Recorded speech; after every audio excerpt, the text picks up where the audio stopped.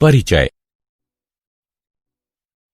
रसायन विज्ञान में हम वस्तुतः पदार्थ की संरचना, संघटना एवं उसके गुण धर्म का अध्ययन करते हैं, जिन्हें पदार्थ के मौलिक अवयवों, परमाणुओं एवं अणुओं के माध्यम से अच्छी तरह समझा एवं परिभाषित किया जा सकता है।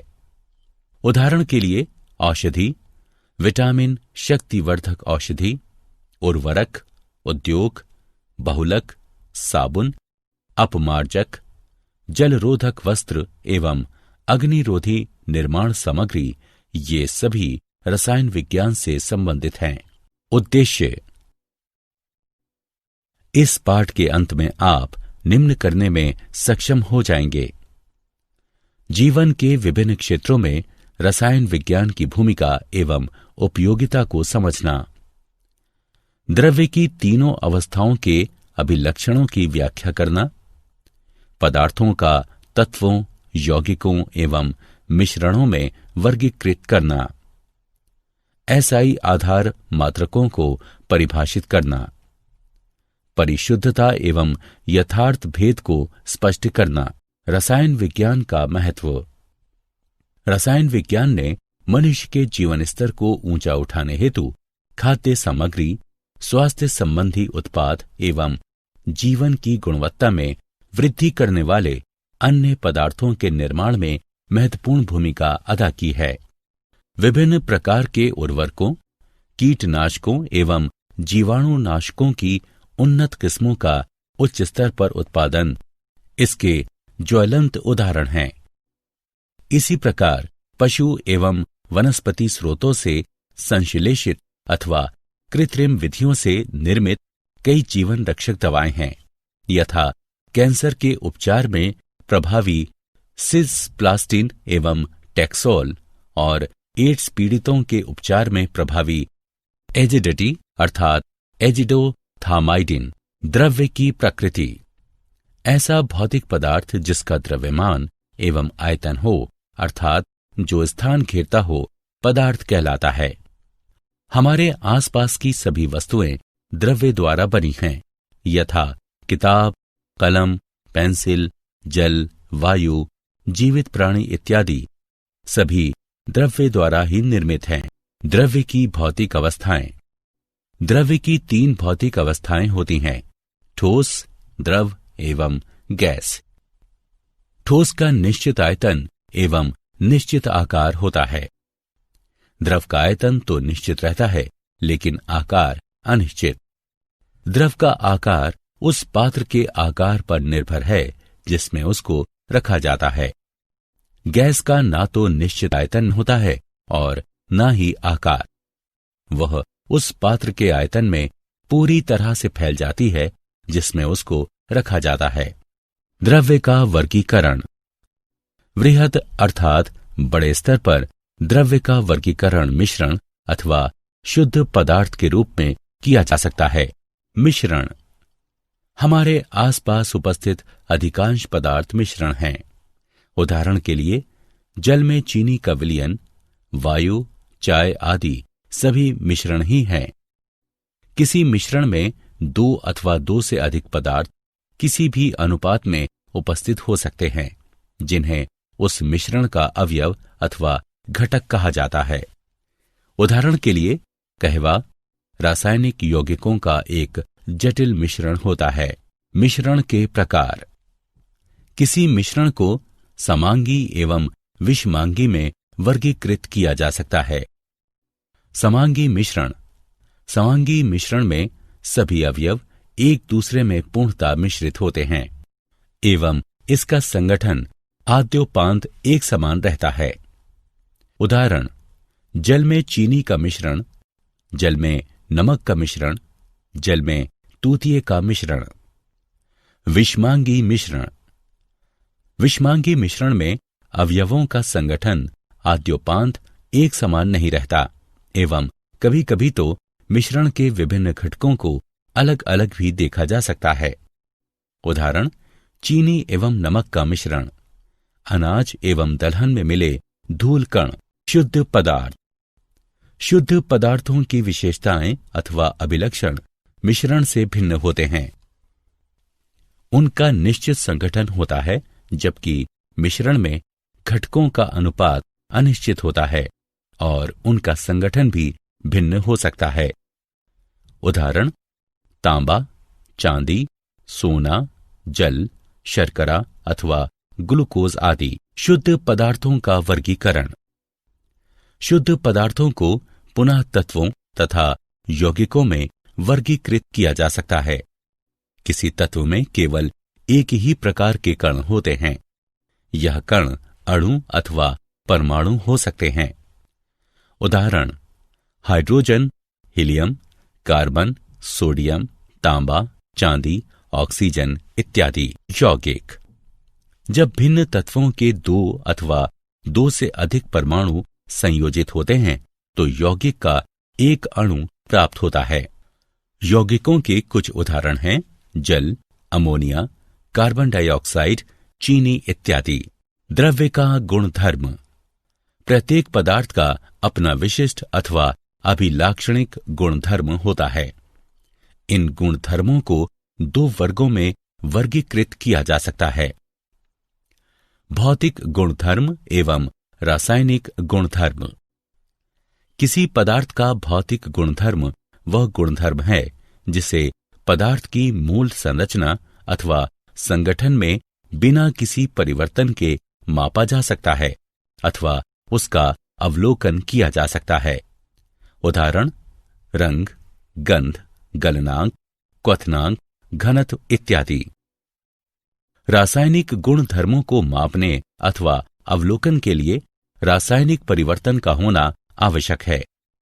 उदाहरण: विभिन्न पदार्थों की अभिलाक्षणिक अभिक्रियाएं जैसे अम्लता, क्षारता, दहनशीलता आदि।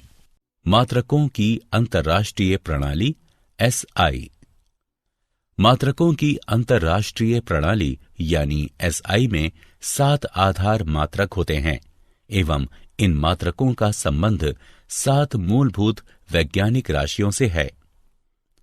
अन्य भौतिक राशियां जैसे गति, आयतन, घनत्व आदि इन्हीं से व्युत्पन्न हैं। SI के आधार मात्रकों की परिभाषा नीचे तालिका में दी गई है। SI प्रणाली में किसी मात्रक के अपवर्तयों एवं अपवर्तकों को व्यक्त करने हेतु उपसर्गों का प्रयोग किया जाता है। द्रव्यमान एवं भार।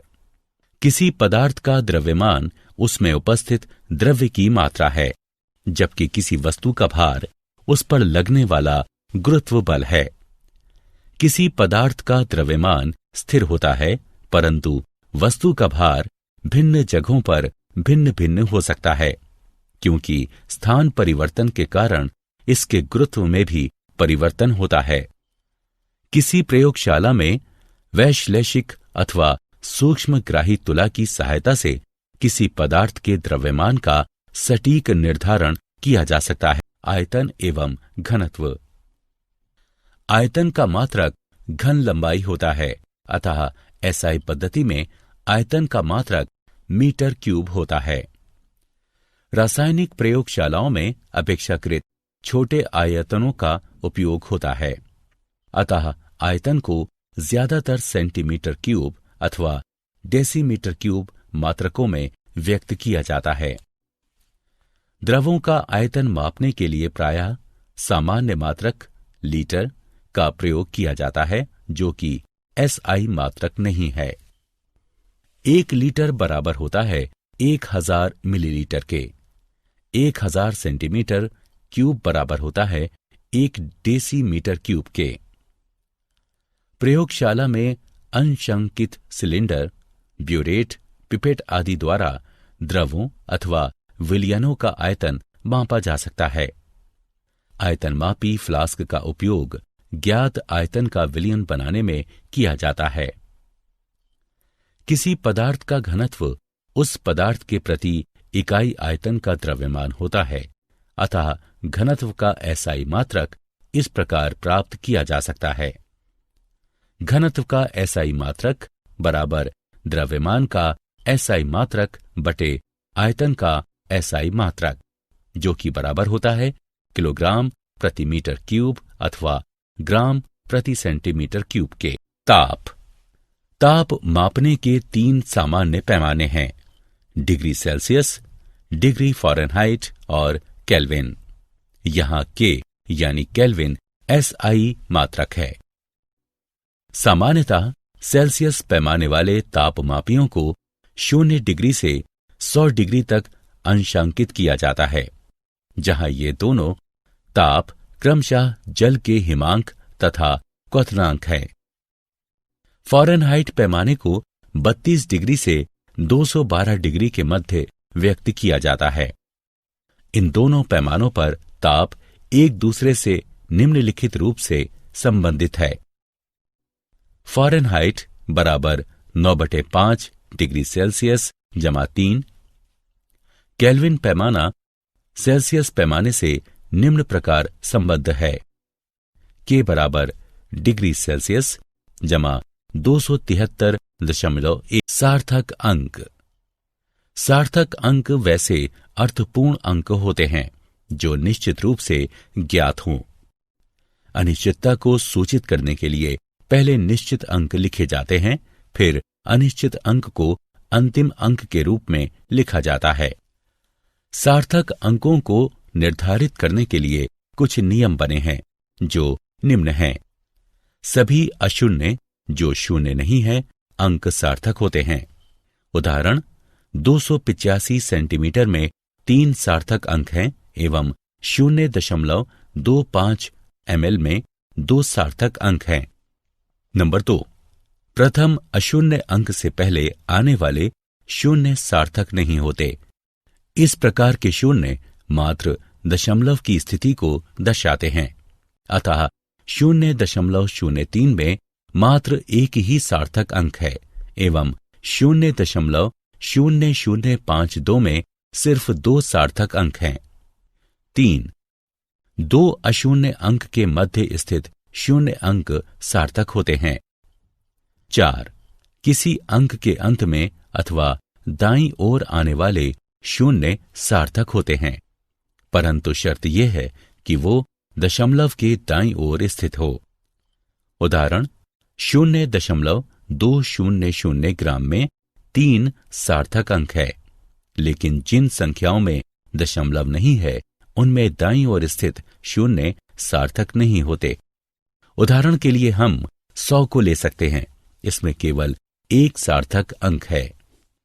5, यथार्थ संख्याओं में सार्थक अंकों की संख्या अपरिमित होती है। उदाहरण के लिए 2 गेंदों या 20 अंडों में अपरिमित सार्थक अंक है, क्योंकि ये दोनों ही यथार्थ संख्याएं हैं एवं इन्हें दशमलव अंकित करने के बाद अपरिमित शून्य लिखकर व्यक्त किया जा सकता है, जैसे 2 बराबर 2.000000 या 20 बराबर 20.000000। 4.01 गुणा 10 वर्ग में 3 सार्थक अंक हैं और 8.256 गुणा 10⁻³ में सार्थक अंकों की संख्या 4 है। सार्थक अंकों का गुणा और भाग एवं जोड़ और घटाव।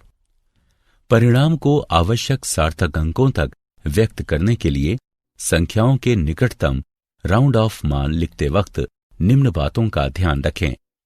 यदि दाईं तरफ का अंतिम अंक 5 से अधिक है और उसको हटाना है तो उससे पहले वाले अंक में 1 जोड़ दिया जाता है। उदाहरण 1.386। अब अगर हमें दाईं तरफ के अंतिम अंक अर्थात 6 को हटाना है तो हम उसके निकटतम अंक 8 में 1 जोड़ देंगे, अर्थात ये 9 हो जाएगा और अब 1.386 का निकटतम मान 1.39 हो जाएगा। अगर दाईं तरफ का अंतिम अंक 5 से कम है और उसे हटाना है तो उसे हटा देंगे, लेकिन उसका निकटतम अंक अपरिवर्तित ही रहेगा। उदाहरण 4.334 में से दाईं तरफ का अंतिम अंक अर्थात 4 को अगर हटाते हैं तो इसका निकटतम अंक अर्थात 3 अपरिवर्तित ही रहेगा। अतः 4.334 का निकटतम मान 4.33 होगा। यदि सबसे दाईं तरफ के अंतिम अंक को हटाना है और उसका मान 5 है, तो ऐसी स्थिति में यदि उसका निकटतम अंक सम है तो वो अपरिवर्तित रहेगा, परंतु विषम अंक होने की स्थिति में मान में 1 अंक की बढ़ोतरी होगी। उदाहरण, यदि 6.35 से 5 को हटाकर निकटतम अंक लिखना है तो हमें 3 को 4 करना होगा, अर्थात 6.35 में से 5 को हटाने के बाद निकटतम अंक 6.4 होगा।